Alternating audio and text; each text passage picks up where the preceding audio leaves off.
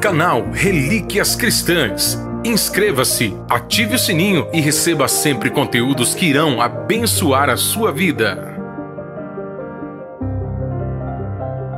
Trazemos a você mais uma relíquia para edificar a sua vida. Uma antiga mensagem ministrada em um culto ao ar livre pelo então jovem pastor Josué Brandão no ano de 1999 na Praça da Vila Militar na cidade de Ipatinga, em Minas Gerais, no 16º Congresso da Mocidade Facho de Luz com o tema Olhai para mim. Ouça esta mensagem e conheça as bênçãos que existem para aqueles que olham para Jesus. E não se esqueça, o seu like é uma maneira de evangelizar, pois ajuda este vídeo a chegar a mais alguém.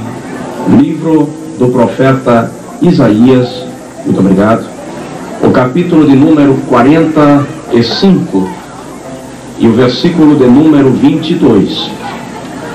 Livro do profeta Isaías, capítulo de número 45, o versículo de número 22. Quem tiver a Bíblia, por favor, abra no livro do profeta messiânico, capítulo de número 45, o versículo de número 22. A Bíblia Sagrada nos diz assim: Olhai para mim e sereis salvos, vós todos os confins da terra, pois eu sou Deus e não há outro.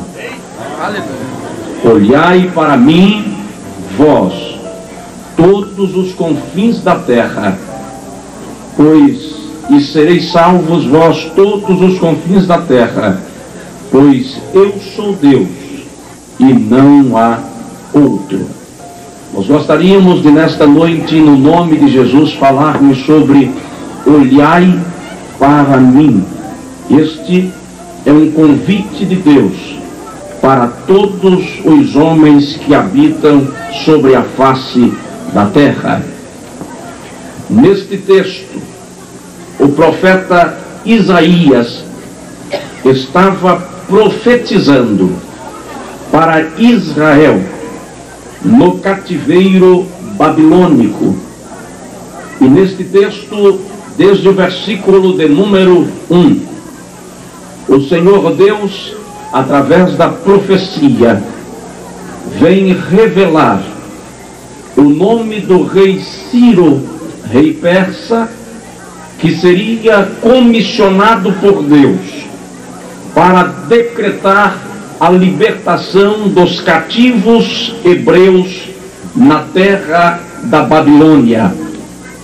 Obviamente, a profecia aqui é de caráter futurístico, uma vez que o profeta Isaías falou aproximadamente no ano 745 a.C., e o cativeiro babilônico veio a iniciar-se, a efetivar-se no ano 506 a.C., portanto, mais de 200 anos depois da profecia ministrada. Mas isto vem a nos revelar, a confirmar a onisciência do Deus excelso a quem servimos. Ele conhece todas as coisas, sabe do passado, conhece o presente e a fundo contempla o futuro. É Deus excelso, imutável, soberano, eterno, infinito e magnífico. Neste texto, o Senhor convida todos os confins da terra para contemplarem a sua salvação, para enxergarem a sua misericórdia. Nos Salmos de número 34, versículo de número 5, o salmista Davi diz: olhai para ele e sede iluminados, e os vossos rostos não serão confundidos. No Salmo de número 46, lido pelo pastor Isalpino Justo na leitura oficial desta noite. O salmista diz: vinde, contemplai as obras do Senhor, vede que maravilhas Ele tem feito sobre a terra. O convite de Deus é para contemplarmos a sua formosura.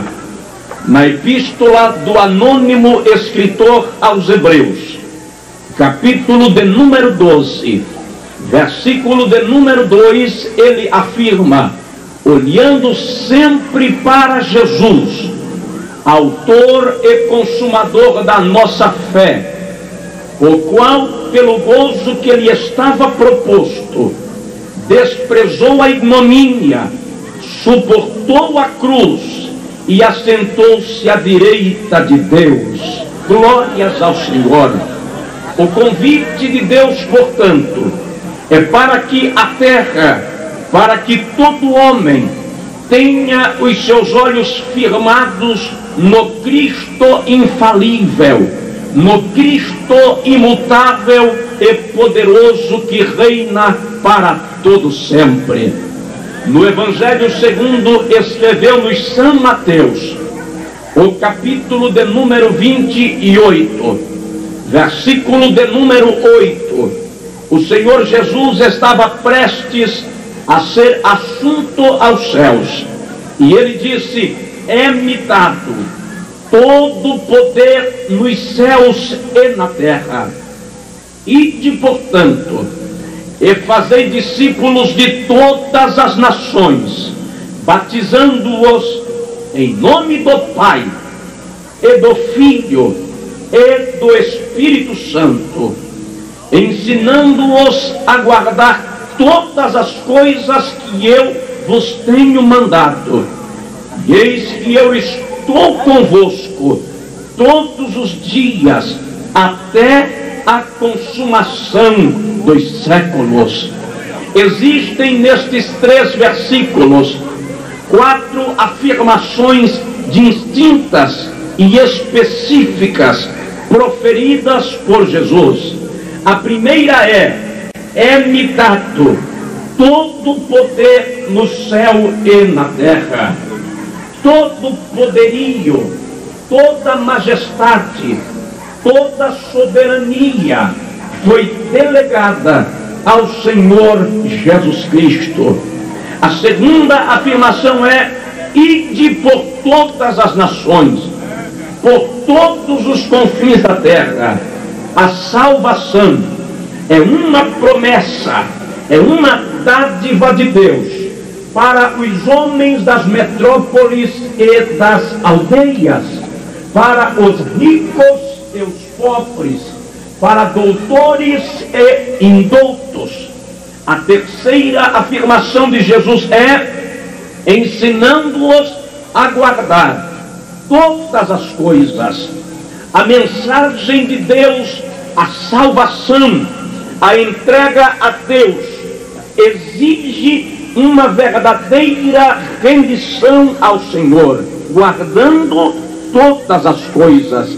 E a última: estou convosco todos os dias, até a consumação dos séculos. Os homens vivem em estado de desespero, em situação angustiante, mas a igreja tem certeza de que o Senhor está conosco todos os dias da nossa vida. Nós temos 365 dias no ano, e na Bíblia Sagrada ocorrem por 365 vezes a palavra não temas. Cada dia da nossa vida o Senhor diz: não temas. Cada situação da nossa vida o Senhor diz: não se apavore. E se o ano tem 366 dias, ele diz: eu estou contigo todos os dias, até a consumação dos séculos. Glórias a Deus.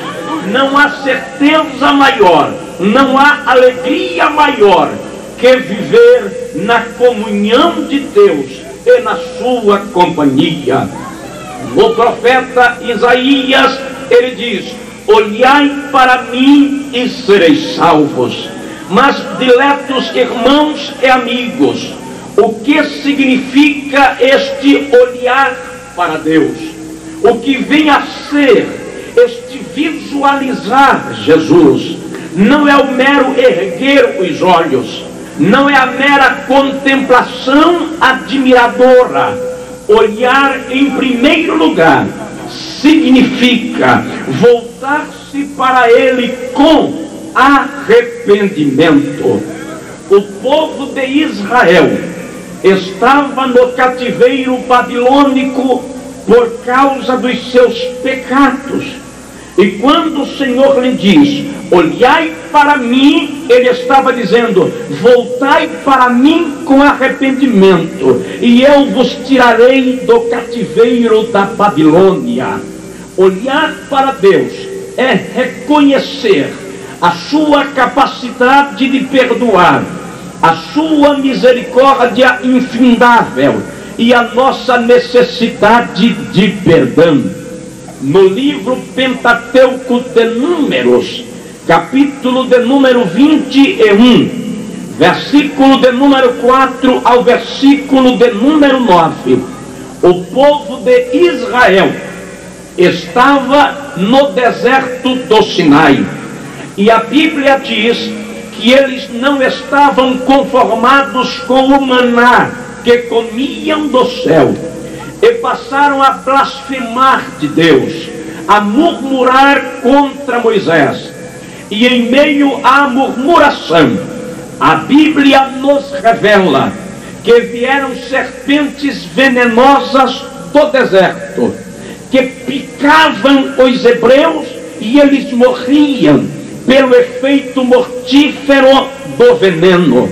E a Bíblia nos revela que o povo disse: Moisés, pecamos contra o Senhor, que faremos agora?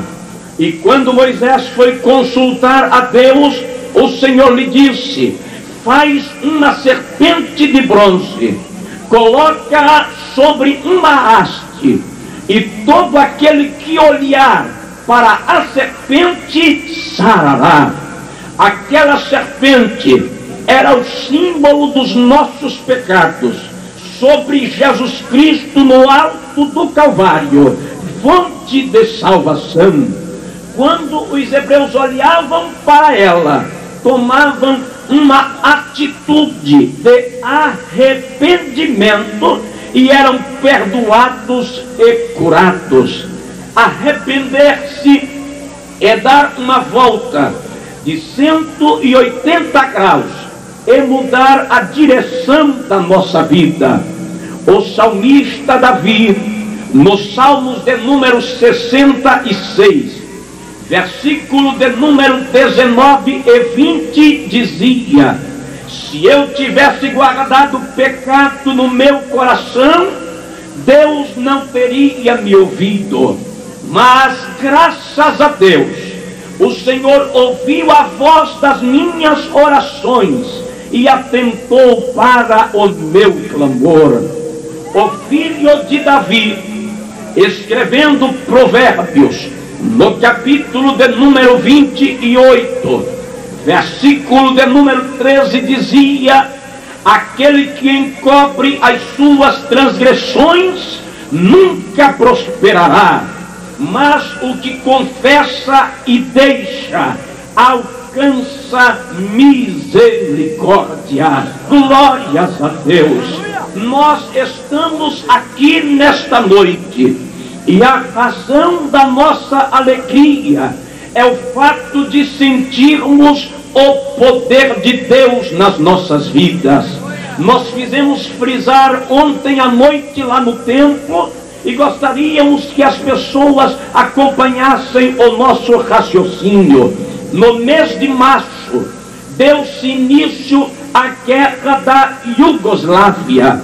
O pivô, a razão para a guerra da Iugoslávia foram 66 mortos de Kosovo, que foram mostrados ao mundo pelas câmeras da CNN, maior rede de televisão do mundo.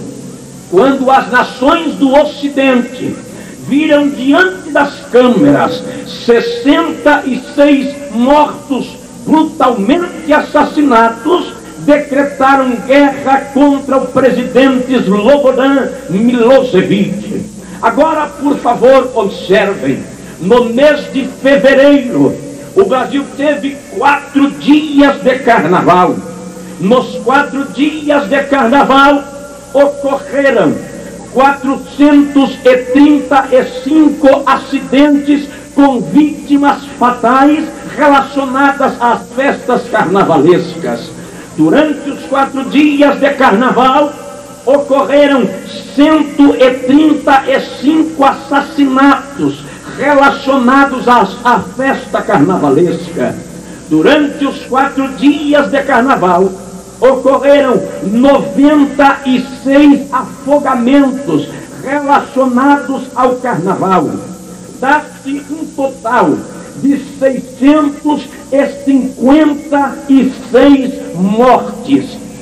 66 mortes na Iugoslávia assustou o mundo.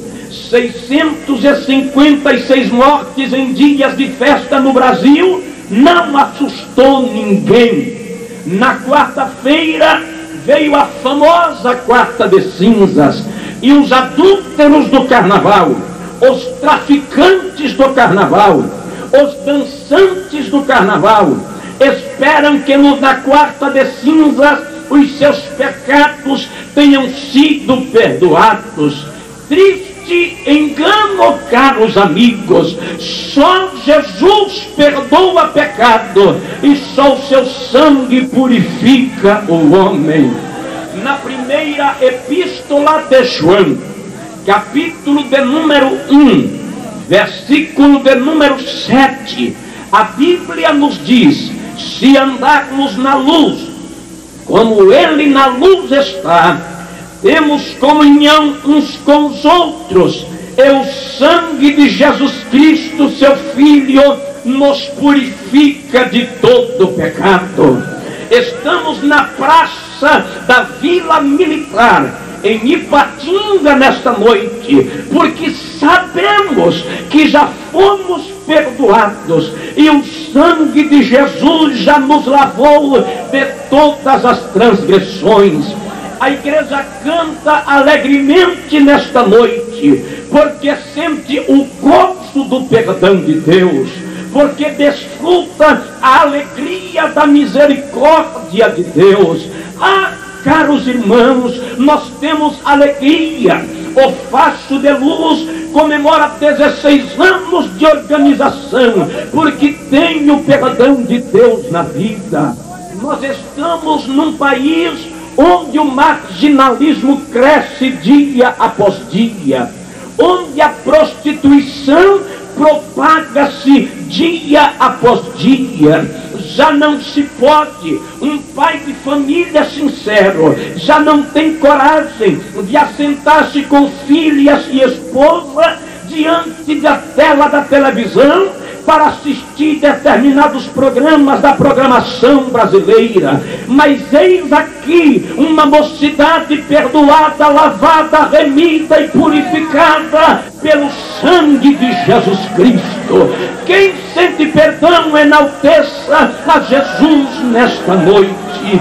Oh, Saramandaramandeva, Suramandarabagai, o perdão de Deus nos alcançou, a sua misericórdia nos envolveu e nós somos purificados pelo sangue de Jesus Cristo. E quantas vezes o adversário da nossa alma quer nos acusar dos nossos antigos pecados, mas nós podemos nos alegrar em Cristo nesta noite e afirmarmos categoricamente que Jesus Cristo já nos perdoou, que o seu sangue já nos lavou e nós vamos morar nas mansões celestiais. Olhe para o irmão do seu lado e diga para ele: alegre-se, Jesus já te perdoou. Alegre-se, Jesus já te perdoou. Glória a Jesus. Se você sente o perdão de Deus, glorifique-o nesta noite. É o sangue de Jesus que nos lava, é o sangue de Jesus que nos dá vitória, é o sangue de Jesus que nos dá ousadia. O inferno não tem poder sobre a nossa vida, porque o sangue de Jesus é a bandeira da nossa vitória. Glórias a Deus. O mundo jaz no maligno, mas a igreja já no perdão de Jesus Cristo. A misericórdia de Deus já nos envolveu e nós servimos a Jesus com alegria na nossa alma. Ah, diletos amigos, não há elemento mais poderoso, mais eficaz que o sangue de Jesus Cristo, que o sangue derramado no Calvário. Nós estávamos no dia 20 de junho, pregando na cidade de Barra do Choça, num domingo à tarde, num trio um pouco mais alto do que este, numa rapidez incrível. Um jovem subiu as escadarias do trio. Lá estava o delegado de polícia, lá estava o prefeito da cidade, e o jovem veio em nossa direção enquanto pregávamos, armou um soco e veio para nos atingir. E olhando para ele, sem interromper a minha pregação, eu lhe disse: o sangue de Jesus Cristo é a nossa vitória. O jovem ficou parado, estatizado, e nós repreendemos o demônio que o usava. Ao terminar a pregação, eu desci do palanque e fui conversar com aquele moço. E ele me disse: pastor Josué, quando você começou a pregar, eu estava em casa, mas a sua pregação me incomodou, pastor. E disse-me ele: eu já cometi assassinatos, eu não tenho nada a perder, e como a sua pregação me atingiu, eu risquei a geladeira com a ponta da peixeira, quebrei a tampa do fogão, joguei o som no chão. Quando não achei mais nada para quebrar, quebrei a mulher, disse ele. Não fiquei satisfeito e vim para lhe matar, pastor. E colocando a mão na cintura, ele retirou um revólver e disse: pastor, neste revólver tem 6 balas, e eu vim aqui para lhe forfar de tiro, pastor. Eu disse para ele: meu jovem, a minha vida está debaixo do sangue de Jesus. Quando eu disse isto, o demônio se manifestou e nós expulsamos. E das muitas almas que entregaram-se a Jesus, aquele jovem rendeu-se a Cristo e está congregando e pregando o evangelho da salvação. O sangue de Jesus Cristo nos purifica de todo pecado. Levante a sua mão e diga: o sangue de Jesus é a nossa vitória. O sangue de Jesus é a nossa vitória.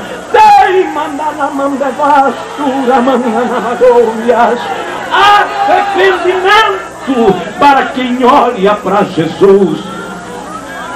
Em segundo lugar, olhar para Jesus significa rendição, render-se a Ele. Olhar para Jesus é entregar-se nas suas mãos, recorrer à sua misericórdia. No primeiro livro do profeta Samuel, capítulo de número 1, versículo de número 11, Ana, uma mulher estéril, orava e dizia: Senhor Deus, se ouvires as minhas orações e atentares para as minhas lágrimas, e me deres um filho homem, eu o darei a ti por todos os dias da sua vida. Ah, Quantos pais tendo problemas com seus filhos nas drogas? Eu lhe aconselho nesta noite colocar o seu filho na mão de Deus, como Ana fez uma certa feita. No Salmo de número 37, versículo de número 5, o salmista Davi afirma: entrega, rende o teu caminho ao Senhor, confia nele e o mais ele o fará. Na primeira missiva do apóstolo São Pedro, capítulo de número 5, versículo de número 7, ele diz: lançando sobre ele toda a vossa ansiedade, porque o Senhor tem cuidado de vós. No céu não tem gaveta. Deus não engaveta os nossos problemas. Deus não engaveta as nossas causas. Ele ouve e responde, porque Ele é poderoso para abençoar a nossa vida. Renda-se a Deus nesta noite e Ele vai lhe abençoar. Há tantas pessoas que sentem o Espírito movendo seus corações, sua alma palpita pela salvação, e eles, entretanto, afugentam-se de Deus. Caro amigo, existem dois instrumentos de pescaria, rede e anzol. E eu lhe digo nesta noite, se Deus te chama e você não vem na rede, você vem no anzol, mas tu virás, porque Deus tem um propósito na tua vida. Rende-te a Deus. Render-se a Deus é adorá-lo, é prostrar-se aos seus pés. Nós encontramos na Bíblia Sagrada, quando no primeiro livro das Crônicas, capítulo de número 29, versículo de número 20, a Bíblia diz que o rei Davi e toda a congregação prostrou-se e adorou ao Senhor. Muitas pessoas pensam que adorar a Deus é balançar mãos e pernas num show gospel. A palavra adoração vem do hebraico proskeneu, e significa prostrar-se, beijar os pés e homenagear. Adorar, senhoras e senhores, é encurvar-se diante de Deus e reconhecer a sua soberania e reconhecer a sua grandeza. Todos os homens hão de adorar ao Senhor um dia. O salmista Davi, no Salmo de número 95, versículo 6, diz: vinde, adoremos ao Senhor que nos criou. No Salmo 96, 9, ele diz: vinde, adoremos ao Senhor na beleza da sua santidade. Há homens na terra que não se prostram perante ninguém, não temem a ninguém, não devem satisfação a ninguém, mas a Bíblia diz, Filipenses capítulo 2, versículos 5 a 11, de maneiras que haja em vós mesmos o mesmo sentimento que houve também em Cristo Jesus, o qual, subsistindo em forma de Deus, não teve por usurpação o ser igual a Deus, mas esvaziou-se a si mesmo, assumiu a forma de homem e, achado na forma de homem, assumiu a condição de servo e foi obediente até a morte, e morte de cruz, pelo que Deus o exaltou soberanamente e lhe deu um nome que é sobre todo nome nos céus e na terra, para que ao nome de Jesus se dobrem todos os joelhos dos que estão nos céus e na terra e embaixo da terra, e toda língua confesse que Cristo Jesus é Senhor, para a glória de Deus Pai. Levante a sua mão e diga: Jesus Cristo é o Senhor, Jesus Cristo é o Senhor. Ele é, Senhor, renda-se a Ele, encurve-se diante dEle, adore-o e Ele há de abençoar a tua vida. Glórias a Jesus.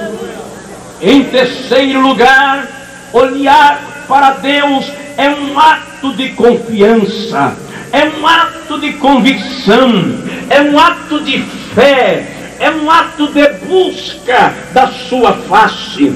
O Senhor Jesus, no Evangelho segundo escreveu em São Lucas, capítulo de número 18, versículo de número 8, faz uma pergunta: porventura, quando vier o Filho do Homem, achará fé na terra? Nós estamos vivendo uma escassez de fé. Os homens não conseguem mais confiar uns nos outros. E o pior, homens estão perdendo a fé em Deus.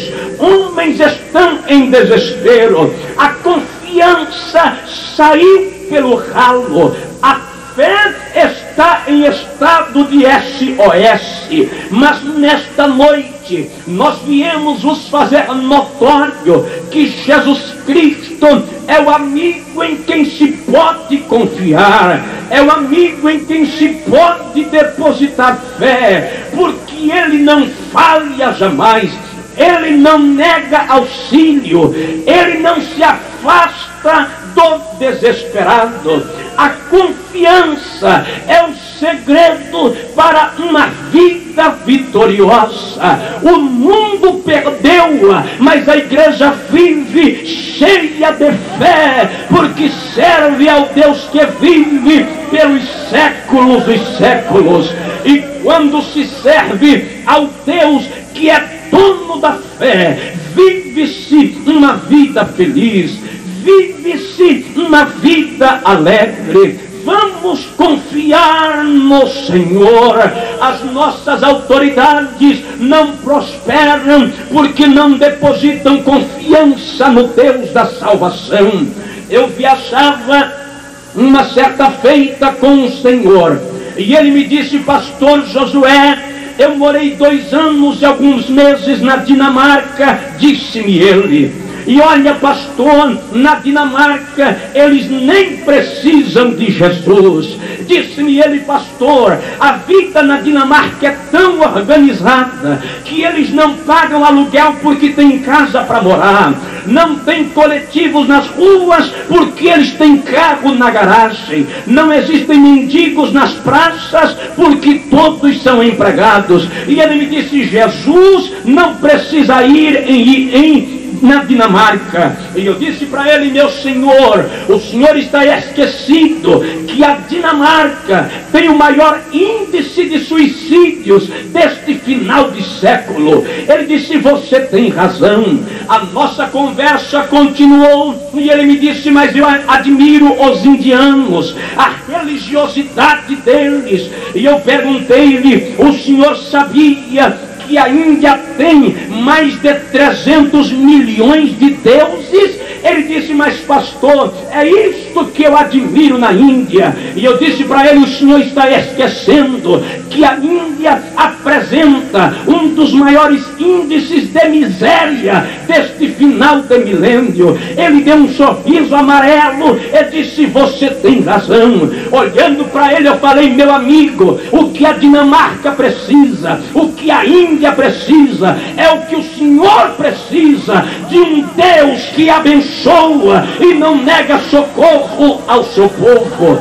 Nós estávamos pregando em Brasília em março do ano passado e recebemos um convite para ir ao BRP, Banco do Distrito Federal, falar para alguns funcionários daquela empresa. E ao chegar lá, eu disse-lhes: senhores, eu desafio qualquer estatística internacional que me apresente o nome de um crente salvo na lista dos suicidas. Eu desafio qualquer estatística da Organização Mundial da Saúde que me apresente o nome de um jovem cristão na esquina esquina da prostituição ou na esquina das drogas. Alguém levantou-se e perguntou: o senhor tem argumento para isto? Eu respondi-lhe: tenho argumento óbvio e irrefutável. A razão para nossos jovens não precisarem das drogas é que Jesus enche a nossa vida de alegria, a nossa vida de convicção, e nós vivemos para a glória e honra do seu nome. Olhai para mim e sereis salvos vós, os confins da terra. Em último lugar, olhar para Jesus é um ato de esperança. Na terra nós temos 3 classes de pessoas relacionadas à esperança. A primeira classe são os materialistas, não esperam por nada, não creem em nada. Eu estava evangelizando na Praça da Sé uma certa feita, e um doutor materialista olhou para mim e disse: pregador, eu não preciso crer em Jesus, eu nunca vi Jesus, me disse ele. Eu não sei se Jesus é loiro como eu ou se é moreno como você. E colocando a mão na fonte que jorrava água, ele encheu as mãos de água e disse: pregador, eu creio na água porque posso segurá-la na minha mão. Mas enquanto ele falava, a água lhe escorria por entre os dedos, e eu observava. Quando ele terminou de falar, eu perguntei-lhe: filósofo, por que você crê na água? Ele disse: eu creio na água porque posso segurá-la na minha mão. E eu disse-lhe: sinto muito decepcioná-lo, o senhor não pode segurar a água na sua mão, ela escorreu por entre seus dedos. Ele olhou para a mão e disse: gostei da filosofia. Assentou-se para ouvir a mensagem e 40 minutos depois estava ajoelhado na praça aceitando a Jesus como Salvador da sua alma. O segundo grupo de pessoas na terra são os que esperam reencarnação, purgatório e assim sucessivamente. Mas o terceiro grupo é a igreja, que espera a vinda de Jesus Cristo para nos levar às mansões celestiais. Esta igreja tem uma esperança viva, ela espera a provisão de Deus. No final do governo José Sarney, estava na fila do banco da cidade onde morávamos um irmão membro da nossa igreja.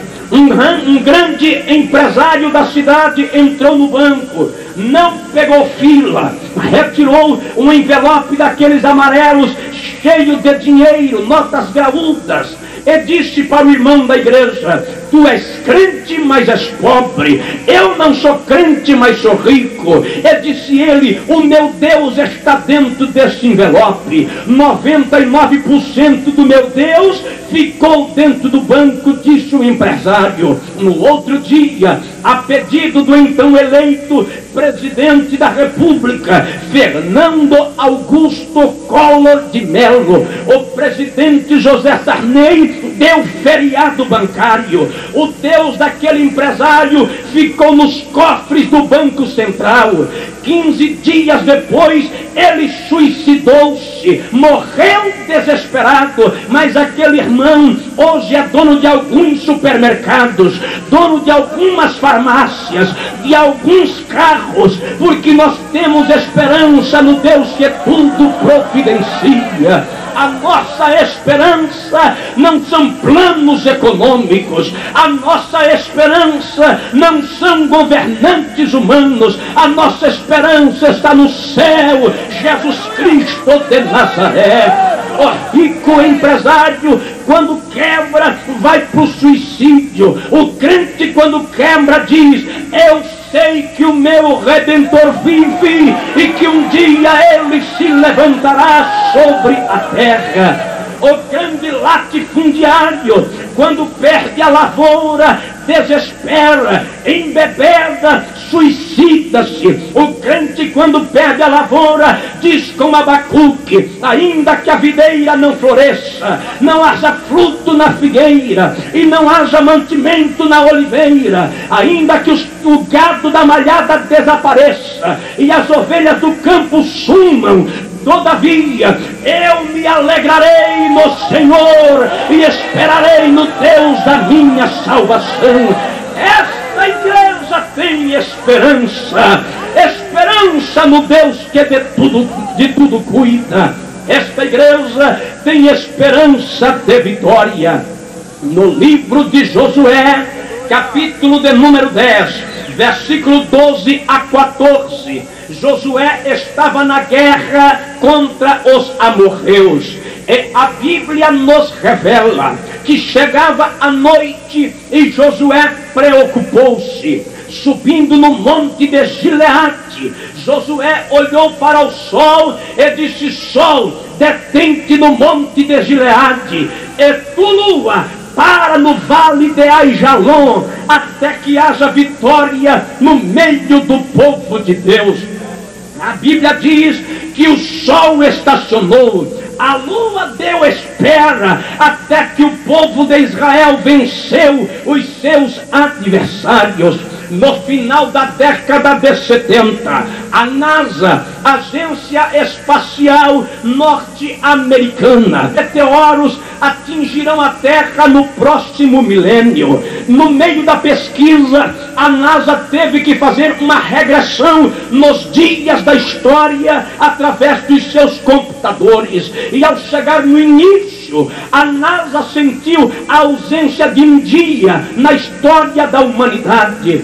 O pastor Armstrong, escritor do livro Vivendo como Filhos do Rei, editado pela editora Vida, é engenheiro atômico da NASA e foi chamado para ajudar a solucionar o problema. E ele disse: já sei onde está o problema. A Bíblia diz que Josué parou o sol por quase um dia inteiro, e quando a NASA calculou, chegou à conclusão que o sol parou naquele dia por 23 horas e 20 minutos.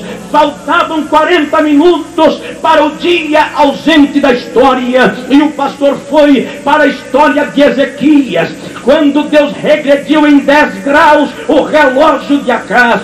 10 graus na física correspondem a 40 minutos, e a NASA reconheceu a grandeza de Deus. Quando Deus quer dar vitória a seu povo, Ele para sol, terra, galáxia, mundo, universo, Ele move o céu, Ele derruba o inferno, usa menino, usa jumenta, porque Ele é Deus que dá vitória àqueles que servem a Ele e temem o seu grande nome. Na terra, os homens têm duas opções de vida. Aí na terra eles dizem: é vencer ou perder. No cinema de Hollywood é vencer ou morrer. Para a igreja o slogan é diferente. Aqui, ou você vence ou você vence. Não tem porta de derrota com a igreja de Jesus.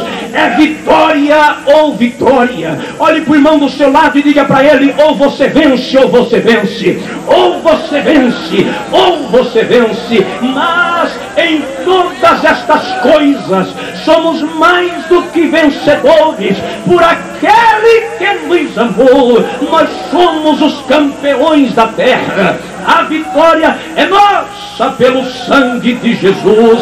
Esta igreja também espera a salvação de Deus.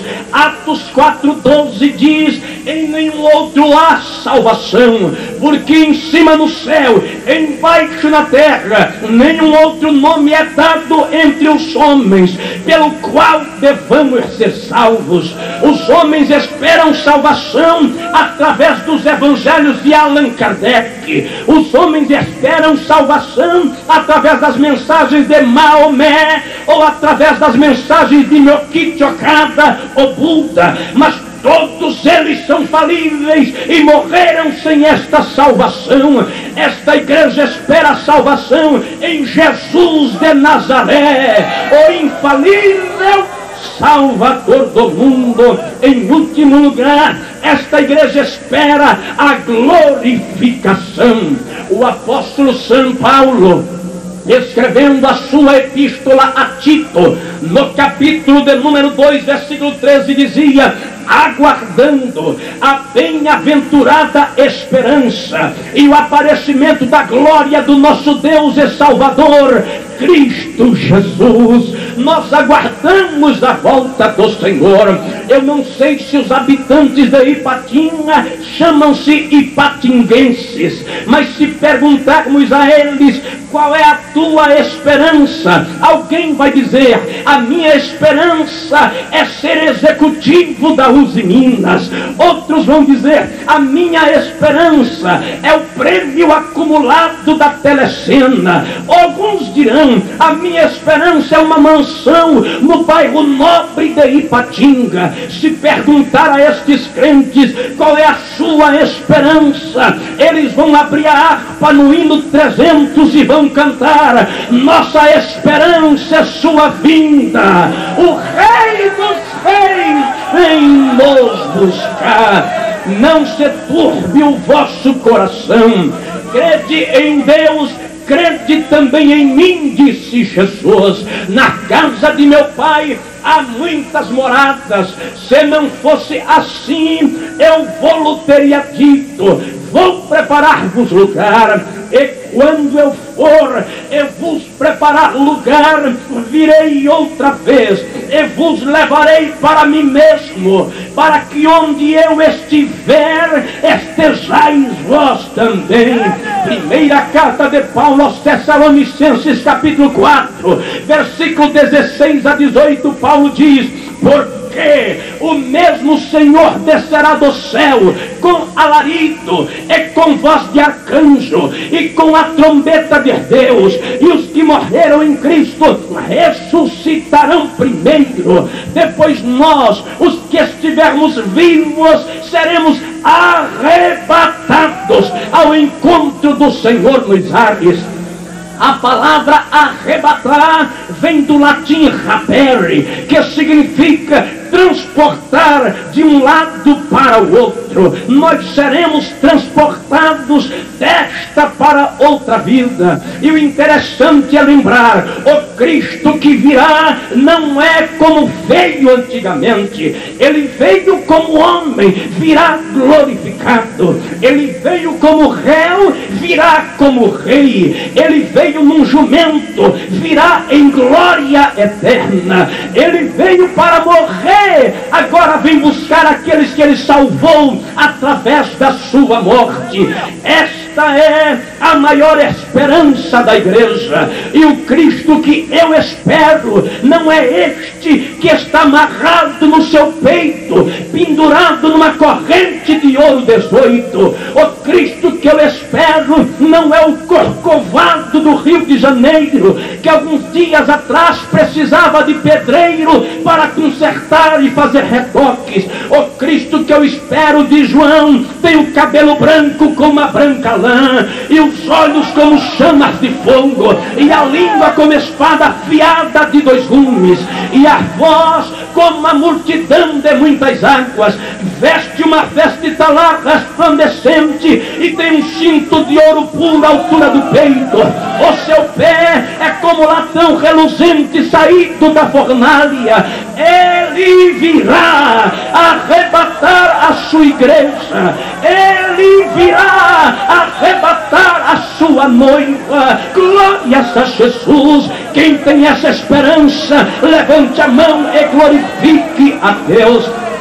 O marido incrédulo vai dizer depois ao repórter: a minha esposa conversava comigo enquanto terminava de preparar o almoço, e de repente o seu cabelo tornou-se branco como a branca lã. Ela parou de falar português, eu não entendi mais o que ela falou, e num piscar de olhos ela desapareceu. Jesus vai voltar. O jovem desviado vai ouvir o barulho de aleluia, vai correr no quarto de pai e mãe, a cama estará vazia e eles estarão no tribunal de Cristo. Não há esperança maior do que esta. Não há esperança viva do que esta. Qual noiva anseia o encontro com o noivo ao pé do altar? A igreja anela ardentemente o encontro com Jesus nos ares. Glórias a Deus. A ciência já admite, os cientistas já admitem que Jesus voltará.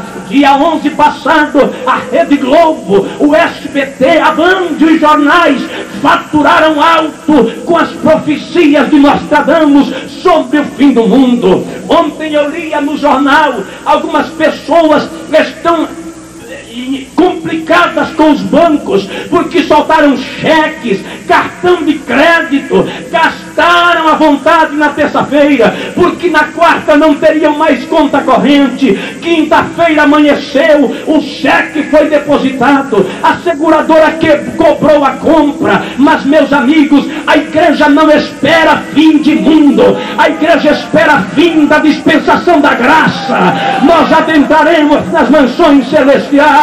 Jesus voltará. Olhai para mim e sereis salvos, vós todos os confins da terra. Quem está sentado e pode ficar em pé, por favor, faça-o. Olhe para o irmão do seu lado, pegue na mão do seu irmão e diga para ele: prepare-se, Jesus pode voltar hoje. Prepare-se, Jesus pode voltar hoje. Há pessoas esperando Jesus voltar no ano 2000. Há pessoas esperando Jesus voltar na virada do milênio. Senhoras e senhores, prestem atenção numa coisa. Desde a época que Deus criou o homem até nós, se passaram 6.000 anos. A Bíblia diz que um dia para o Senhor é como 1000 anos, e um dia como 1000 anos, e 1000 anos como um dia. Se tem 6.000 anos da história do homem na terra, para Deus só se passaram 6 dias. O ano 2000 não representa nada para Deus. O ano 2000 não muda o propósito de Deus. Não espere Jesus no ano 2000, espere-o hoje. Eu não faço questão de viajar segunda para casa, eu faço questão de adentrar hoje nas mansões celestiais e glorificar a Jesus Cristo. Glórias a Deus, glórias a Deus. Eu quero ir para o céu, que saudade. Glória a Jesus. Daniel e Samuel vão cantar. Enquanto eles cantam, a igreja dá glória a Jesus. Só quem tem esperança de morar no céu. E por favor, convide a pessoa que está do seu lado para nesta hora sair do seu lugar e vir aqui à frente e render o seu coração a Jesus Cristo. Aleluia. Podem soltar. O CD Deus não falha, número 1, pode estar.